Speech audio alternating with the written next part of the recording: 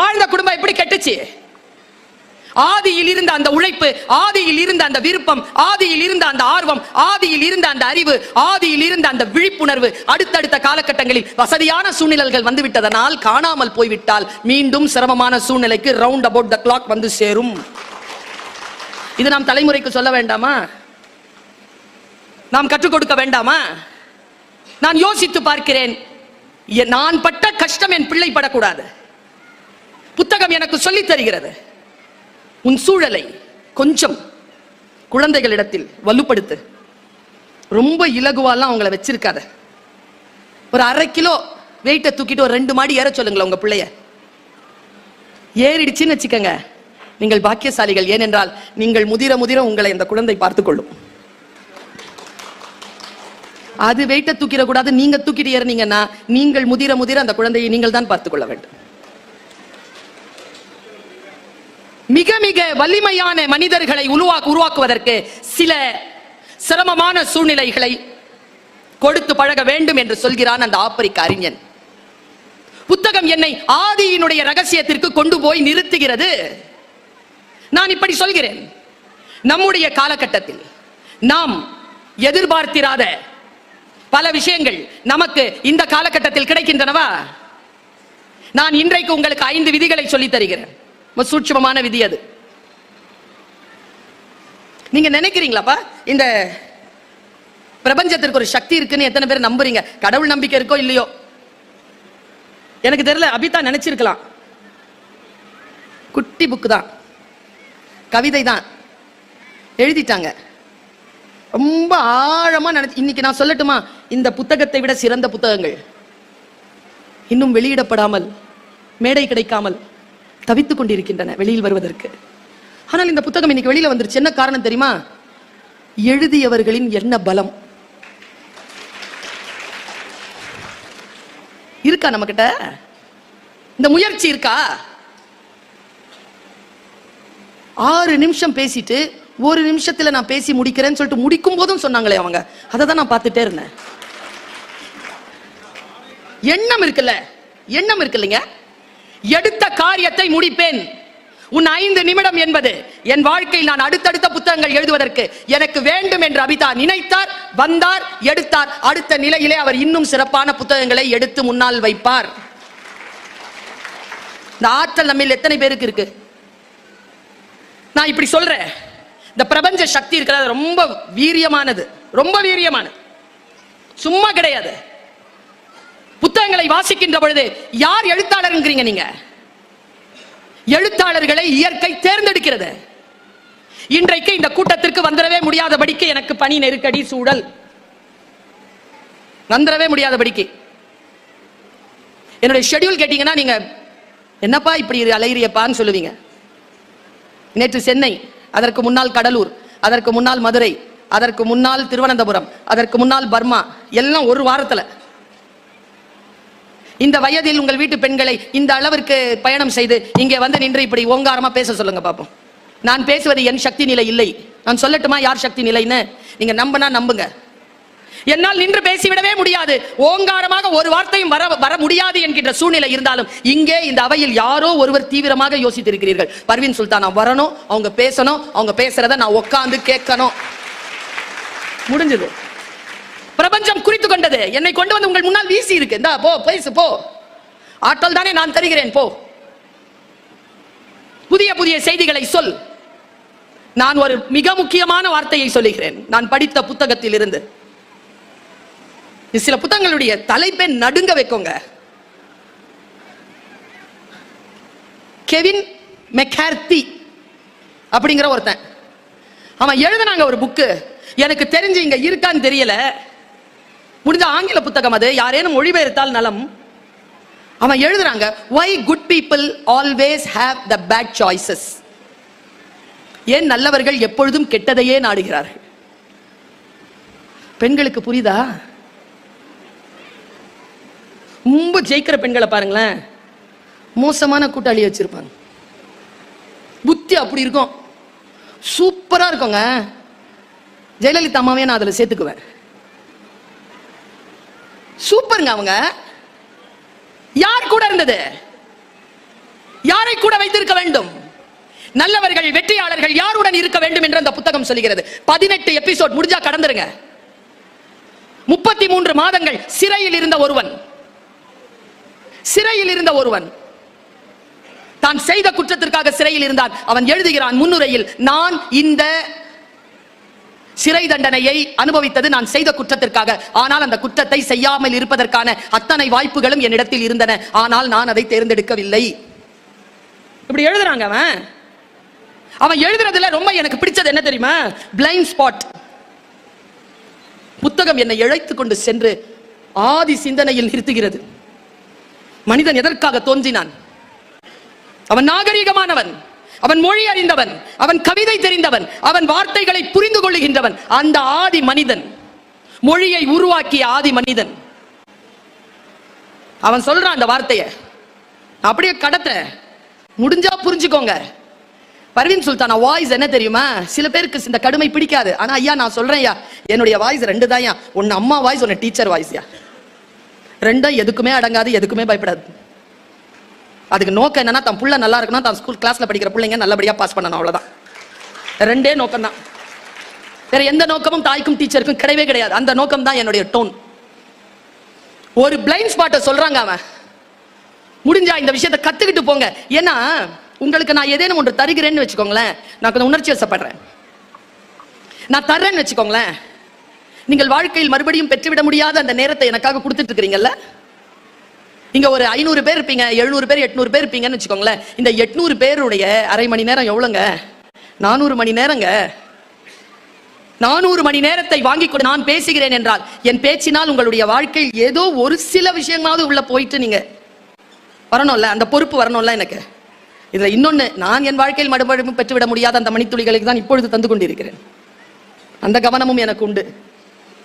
இதை மறுபடியும் என்னால் பெற்றுவிட முடியாது இல்லையா என் வாழ்க்கையில. அவன் 18 எபிசோடு எழுதுறான். 18 எபிசோடும் கருப்பு புள்ளி அப்படின்ற ஒரு பொருளை பயன்படுத்துறான். கருப்பு புள்ளி, பிளைண்ட் ஸ்பாட். அதுல அவன் பட்டியல் போடுறா பாருங்க. அந்த பட்டியலை எனக்கு பிடிச்ச ஒரு 4 பட்டியலை மட்டும் சொல்றேன். செலிபிரிட்டி பிளைண்ட் ஸ்பாட் அப்படின்னா, சிவப்பா இருக்கிறவன் பொய் சொல்ல மாட்டான், இங்கிலீஷ்ல பேசுறவன் புத்திசாலி. இதெல்லாம் பிளைண்ட் ஸ்பாட். செலிபிரிட்டி பிளைண்ட் ஸ்பாட்ன்றது என்ன தெரியுமா? கடவுளே நான் இருக்கிறேன். புள்ளி பிளைண்ட் ஸ்பாட். அதுல அவன் பட்டியல் போடுறா பாருங்க. அந்த பட்டியலை எனக்கு பிடிச்ச ஒரு 4 பட்டியலை மட்டும் சொல்றேன். செலிபிரிட்டி பிளைண்ட் ஸ்பாட் அப்படின்னா, சிவப்பா இருக்கிறவன் பொய் சொல்ல மாட்டான், இங்கிலீஷ்ல பேசுறவன் புத்திசாலி. இதெல்லாம் பிளைண்ட் ஸ்பாட். செலிபிரிட்டி பிளைண்ட் ஸ்பாட்ன்றது என்ன தெரியுமா? கடவுளே நான் இருக்கிறேன்.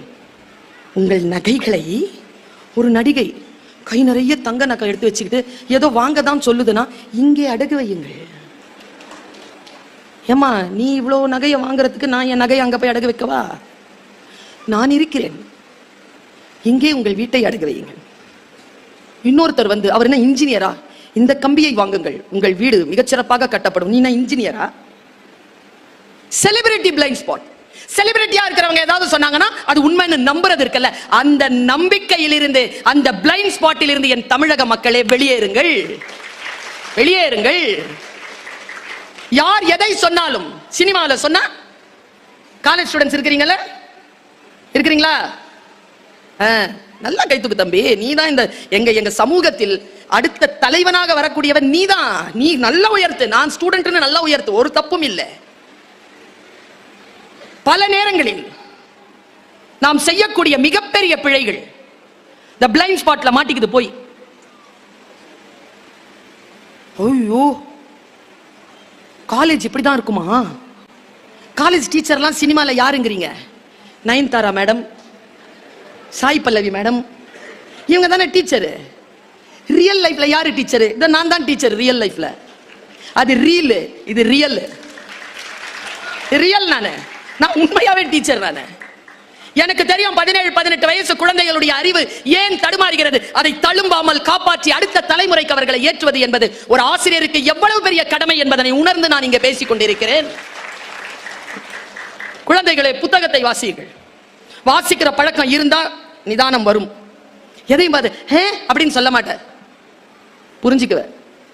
ரியாக்டே பண்ண மாட்டேன், ரெஸ்பாண்ட் தான் பண்ணுவேன். ஒன்றை புரிந்து கொள். செலிபிரிட்டி பிளைண்ட் ஸ்பாட் எடுத்துட்டு மனசுல இருந்து. அடுத்தது இருக்கு பாருங்க, ஜெனராசிட்டி பிளைண்ட் ஸ்பாட். பாவம் எல்லாம் பண்ணிட்டு எல்லாத்தையும் கொண்டு போய் சர்ச்சிலேயோ மசூதியிலேயோ கோயிலையோ கொடுத்துட்டா பாவம் போயிடும். ஜெனராசிட்டி. ஒரு குழந்தை கல்யாணம் பண்ணி வச்சிடலாம், ஒரு குழந்தைக்கு படிப்பு சொல்லி கொடுத்துடலாம், ஒரு குழந்தைக்கு நல்லது செஞ்சா ஜெனராசிட்டி பிளைண்ட் ஸ்பாட். இந்த கோயிலுக்கு இது செய்ய வேண்டும், அந்த சர்ச்சுக்கு அதை செய்ய வேண்டும், இந்த பைத்துல் மாலுக்கு இவ்வளவு கொடுக்க வேண்டும் என்றால் உன் பாவங்கள் மன்னிக்கப்படுமா? Generosity blind spot. அடுத்து சொல்றான் பாருங்க, பெண்களே, ஜெண்டர் பய பிளைண்ட் ஸ்பாட். ஜெண்டர், அது பொம்பளை பிள்ளை, அது செய்யாது, சூப்பரா செய்யும், சூப்பரா செய்யும், பொய்யே சொல்லாது, சூப்பரா சொல்லும். 4 பேரோட சேர்ந்து தான் அது கெட்டு போகுது. 4 பேருக்கு லீடரே அதான். நாங்க அந்த காலேஜ்ல இருந்து தானே வரோம். Blind spot. உங்க எல்லாருக்குமே சொல்றேன், இந்த பிளைண்ட் ஸ்பாட் தெரிந்ததனால் சொல்லுகிறேன். பெண் குழந்தைகளே, கவனம். ஏன் கவனம் என்கிறேன் தெரியுமா? நம்ம எல்லாருக்குமே வீட்ல எல்லா பசங்களுக்கும் சாக்லேட் கிடைக்குதுன்னா நமக்கு மட்டும் எக்ஸ்ட்ரா சாக்லேட் கிடைக்கும். பெண் குழந்தைங்கிறதுனால வீட்ல. இந்த ஜெனரேஷன்ல சொல்றேன், நமக்கெல்லாம் கிடைக்கல.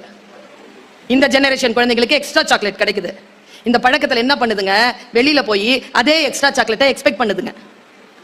வீட்ல இருக்கிற பெற்றோர்கள் எக்ஸ்ட்ரா சாக்லேட் கொடுத்தா அதுக்கு அன்பு மட்டும் தான் காரணம். வெளியில் இருக்கிறவன் உனக்கு எக்ஸ்ட்ரா சாக்லேட் கொடுத்தால் அவனுக்கு என்று மறைமுகமாக சில தவறான எதிர்பார்ப்புகள் உண்டு என்பதனை நீ புரிந்து கொள். Don't expect extra chocolate out side.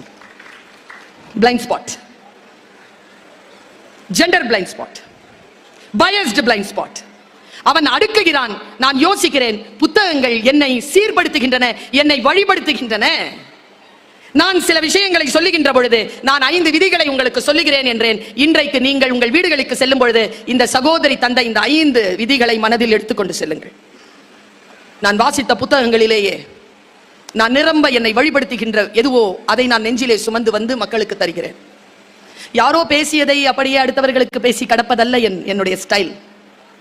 நான் வாசித்து நான் உணர்ந்து இது உண்மை என்று தெரிந்ததற்கு பிறகு நான் எனக்கு அதை பரிசோதித்து விட்டு பிறகுதான் சொல்கிறேன். நான் இங்க நின்றுட்டு இருக்கிறது ஒரு சப்ஜெக்ட், என் லைஃப் ஒரு சிலபஸ். நான் பிடி டீச்சரா பென்சில்ல தான் ஆரம்பிச்சேன் என் லைஃபை. இன்னைக்கு உலக தமிழ்ச்சங்கத்தின் துணைத் தலைவராகவும் இயக்குனராகவும் கிரீன் பென்ல கையெழுத்து போன இடத்துக்கு வந்திருக்கேன். நான் சில விஷயங்களை சொல்லலாம். நான் உழைக்கிறேன். இந்த உழைப்பில் ஒருவேளை உங்கள் பிரார்த்தனையும் என் உழைப்பும் சேர்ந்தால் இந்த கிரீன் பென்ல இருக்கக்கூடிய கிரீன் இங்கின் அதிகாரம் கூடும். அதான் நோக்கம். ஏன் தெரியுமா? தமிழர்களிடத்தில் தமிழ் வாழ வேண்டும் என்றால், இன்றைக்கு சொல்லுகிறேன், வீட்டிற்கு எழுத்து செல்லுங்கள். தமிழ் வாழ வேண்டும் என்றால் தமிழ் பொருளாதாரத்தில் உயர்ந்தவர்களிடமும் அதிகாரத்தில் உயர்ந்தவர்களிடமும் போய் சேர வேண்டும். அவர்களிடத்தில் தமிழ் இருந்தால்தான் தமிழ் அடுத்த தலைமுறைக்கு மிகச்சிறப்பாக கடத்தப்படும் என்பதில் உறுதியுடன் இருக்கிறேன். நான் அதிகார படைத்தவர்களும் செல்வந்தர்களும் தமிழை கையில் எடுக்க வேண்டும். பாருங்க, 5 விதிகளை சொல்கிறேன். இந்த பிரபஞ்சத்தில் நாம் எதை செய்தாலும் அது நமக்கே திரும்பி வந்து சேரும். நாமே பொறுப்பு. நீங்க எதை செய்றீங்களோ அது உங்களுக்கு வரும். நாம் செய்யும் தவறுகளை பெரியவர்கள் மன்னிக்கலாம், தவறுகள் நம்மை மன்னிப்பதில்லை. அதை புரிஞ்சுக்கணும். பிரபஞ்சத்தில் நாம் எதை செய்தாலும் அது நமக்கு திரும்பி வரும். ஆதி செய்தி. 2வது, வாழ்வில் எதுவும் அதுவாக நடப்பதே இல்லை, நாம் தான் நடத்தி காட்ட வேண்டும். எல்லாம் மேல இருக்கிறவங்க பார்த்துப்பான், நாம் தான் நடத்தி காட்ட வேண்டும். 3, சிலவற்றை ஏற்றுக்கொண்டால் மட்டுமே மாற்றம் நிகழும். 3வது விதி. நாம் மாறும்போது நம்மை பின்பற்றி நம் வாழ்வும் மாறும். நம்புகிறீர்களா? ஒரே மாதிரியா நீங்க இருந்தீங்கன்னா உங்க வாழ்க்கை மாறாது. கொஞ்சம் உங்களுடைய வாழ்க்கையை நீங்க கொஞ்சம் மாத்திக்கணும். அப்படி மாத்திக்கணும்னா கொஞ்சம் அறிவு மேம்படணும். அறிவு தானா மேம்படாது. அறிவுக்கும் கல்விக்கும் இருக்கிற வித்தியாசத்தை சொல்லவா? இன்னைக்கு காலையில கூட மாபெரும் தமிழ் கனவுல ஒரு பொண்ணு கேட்டா, ஏன் படிக்கணும்னு. திக்குன்னு ஆயிடுச்சு எனக்கு. இதை ஏன் அந்த பாப்பா கேட்குது தெரியுமா? அவர் அப்பாவுக்கும் அவங்களுடைய தாத்தனுக்கும் கல்வி மறுக்கப்பட்டது. அதனால தான் அவ கேட்கிறா. பரம்பரையாக கல்வியை பெற்றுக்கொண்டு வருகின்ற எந்த ஒரு தலைமுறையை சார்ந்த குழந்தையும் நான் ஏன் படிக்க வேண்டும் என்று கேட்கவே கேட்காது. ஏனென்றால் அதற்கு படிப்பதனால் வருகின்ற அதிகாரத்தின் பலன் தெரியும். நாம் அந்த அதிகாரத்தின் பலன் தெரிந்து கொண்டால் நம் பேரன் அதை கேட்க மாட்டான், ஏன் படிக்க வேண்டும் என்று கேட்க மாட்டான். படித்தால் தான் இந்த பூமியில் தலை நிமிர்ந்து வாழ வேண்டும் என்கின்ற ரகசியத்தை அவன் நம் மூலமாக தெரிந்து கொள்வான்.